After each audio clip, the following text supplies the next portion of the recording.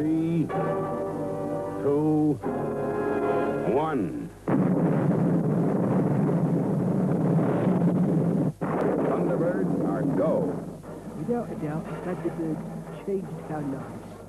It made us household names. It made stars out of us. And for that, we should thank Jerry Henderson, because he came up with the idea of international rescue. It came to me that a rescue organisation was an ideal format for action, adventure, danger, destruction.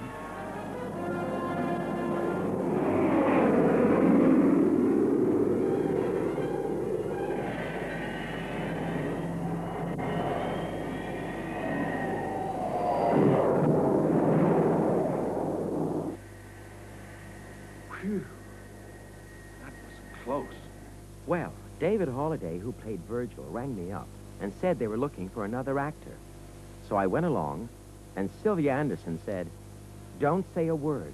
You're Alan." So I got the part because I looked like a puppet. We had a screening for Lou Grader. I mean, always when the first film was completed, I would race up to town and sit there shaking in my boots in the dark while he watched the show. And he jumped up and said, "Fantastic, absolutely fantastic." A couple of days later, we suddenly started to get a stream of calls from the national press. And the very next day, when all the nationals carried huge stories, you know, like literally the broadsheets carrying double-page centre spreads and the evening papers carrying half-page photographs, that was when it suddenly dawned on me that we had made one hell of an impact. The technology was very important to the series. It was years ahead of its time.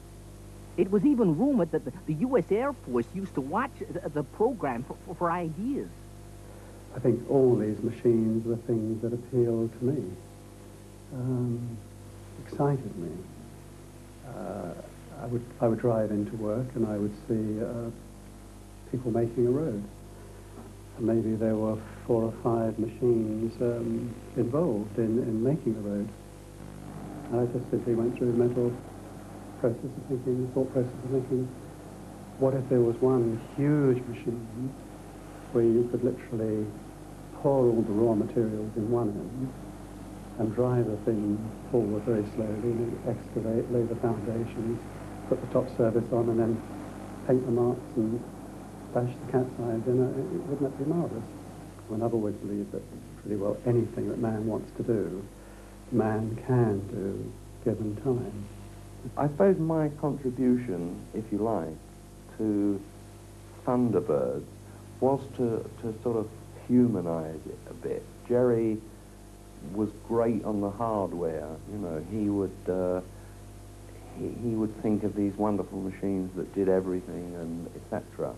And one would put this into terms whereby for an hour or a half hour, however long the episode was, you suspended disbelief that you know, that you made the people not see the strings, I guess.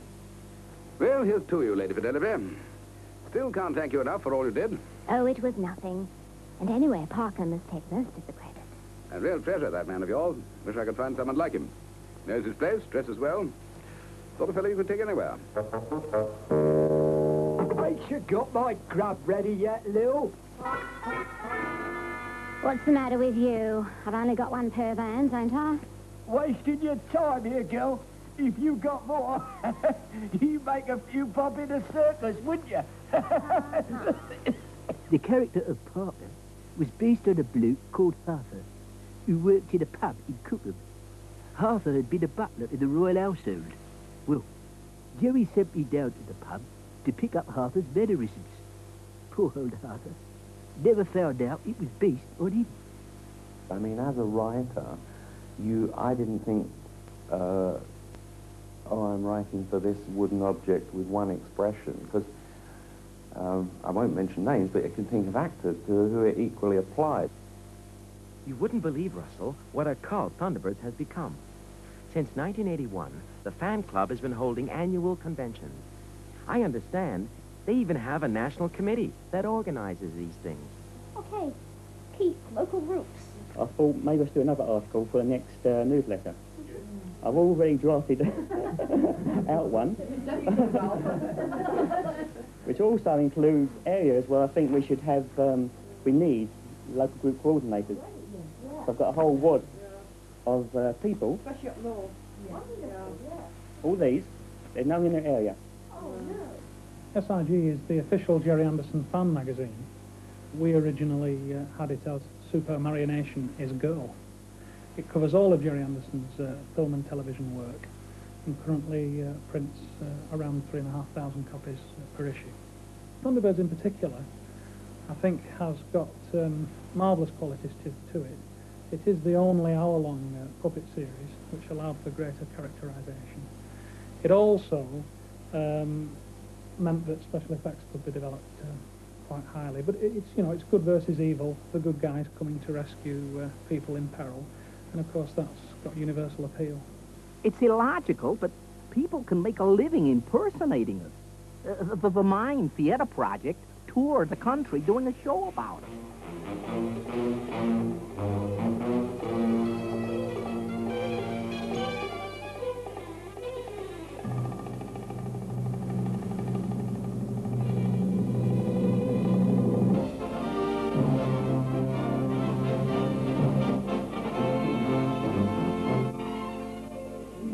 I think that one of the reasons so many people remember Thunderbirds was because it always ended up with an incredible cliffhanging rescue.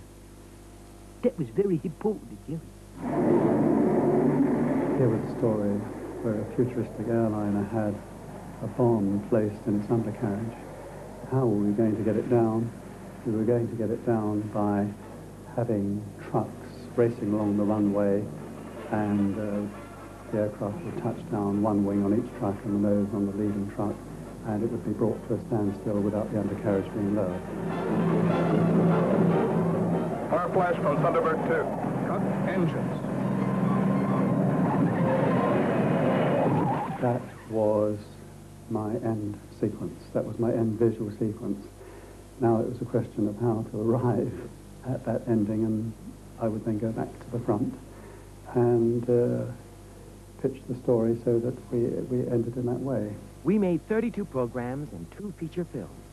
By that time, TV 21 and Lady Penelope were the biggest selling comics in the country.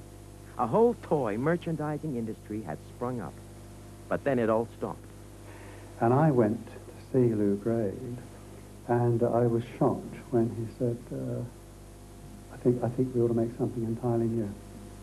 But at that time, I didn't think he is wrong and I'm right.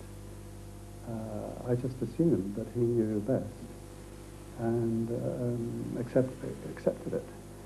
But of course, in retrospect, it was a very great mistake. I think Thunderbirds could have gone on for years and years if we had continued.